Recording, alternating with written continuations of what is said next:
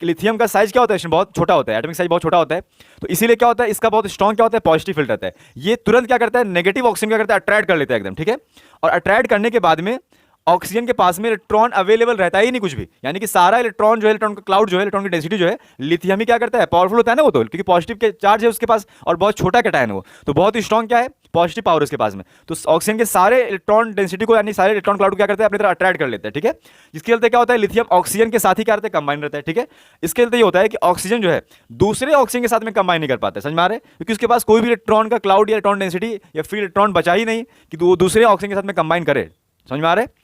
तो यही यहाँ पर लिखा गया है, due to small size of cation of lithium Li+1 have strong positive field attracted more negative charge oxygen atom towards self and prevent the oxygen to combine with other oxygen atom, समझ में आ रहा है। इसीलिए क्या होता है, दूसरे oxygen atom के साथ में लिथियम तो पहले ऑक्सीजन एटम के साथ में कंबाइन कर लेता है, उसके सारे इलेक्ट्रॉन डेंसिटी क्या करता है, अपने तरफ अट्रैक्ट कर लेता है अपनी तरफ।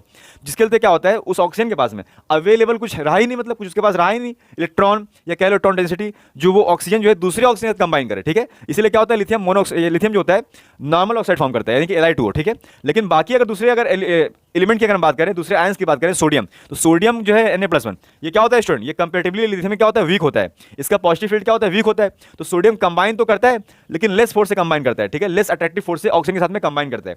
इसका मतलब ये हुआ कि कुछ उस ऑक्सीजन के पास में इलेक्ट्रॉन डेंसिटी या फ्री इलेक्ट्रॉन्स क्या होते हैं, अवेलेबल रहते हैं, जिसके चलते क्या करता है वो ऑक्सीजन दूसरे ऑक्सीजन को भी क्या करता है, कंबाइन कर लेता है, ठीक है स्टूडेंट। तो ऐसा सोडियम में होता है, इसीलिए सोडियम क्या फॉर्म कर लेता है स्टूडेंट, सोडियम परऑक्साइड इसीलिए फॉर्म कर लेता है, ठीक है स्टूडेंट। आ रहा है समझ में। इसके बाद फिर क्या है, लास्ट केस है, इसमें क्या है, पोटेशियम और रुबिडियम और सीजियम आता है।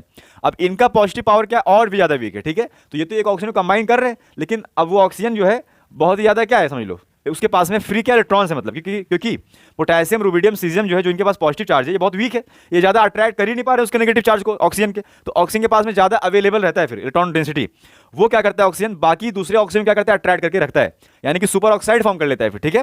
तो ये रीजन रहता है।